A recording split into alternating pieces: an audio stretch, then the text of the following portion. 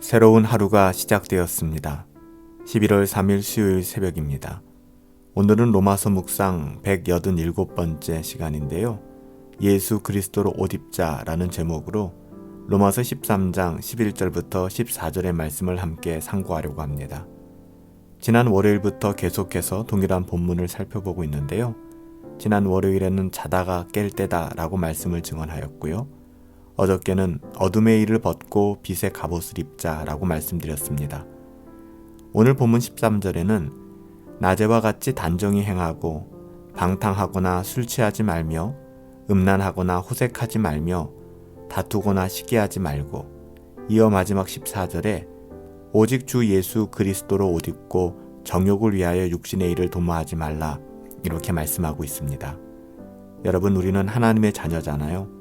하나님의 소유입니다. 하나님께서 우리를 지으셨고요.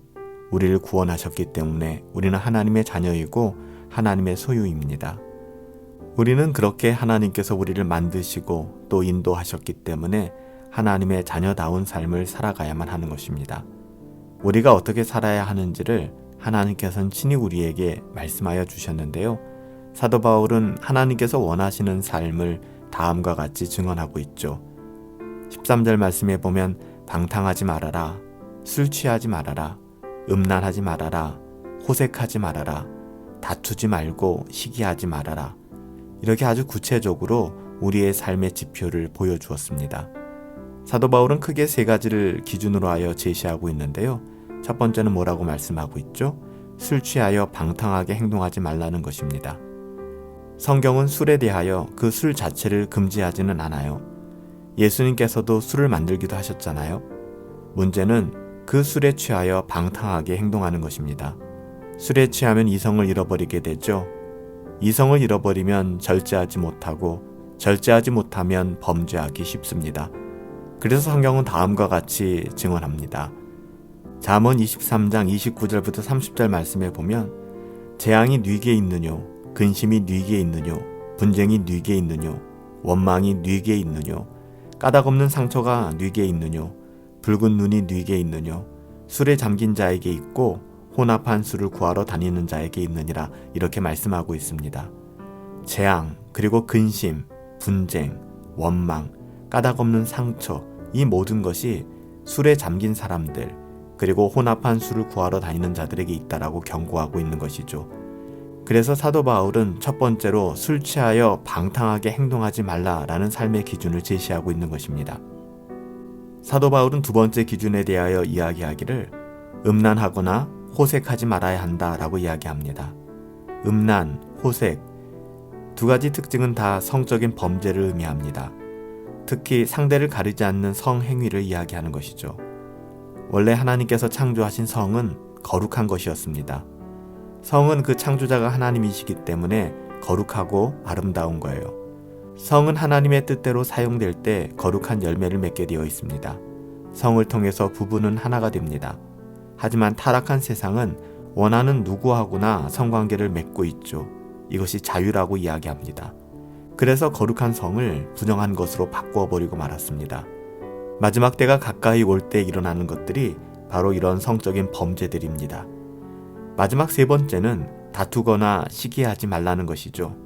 앞에 두 가지, 술 취하는 것, 그리고 음란하거나 호색한 것은 특별히 자기 몸으로 짓는 범죄라면 세 번째는 마음으로 짓는 범죄입니다. 하나님께서는요, 몸으로 짓는 죄뿐만 아니라 마음으로 짓는 것도, 마음으로 짓는 죄도 동일하게 금하라 하셨습니다. 어쩌면 마음으로 짓는 죄가 더 위험할 수도 있어요. 미움과 시기처럼 마음으로 짓는 죄는 잘 드러나지 않거든요.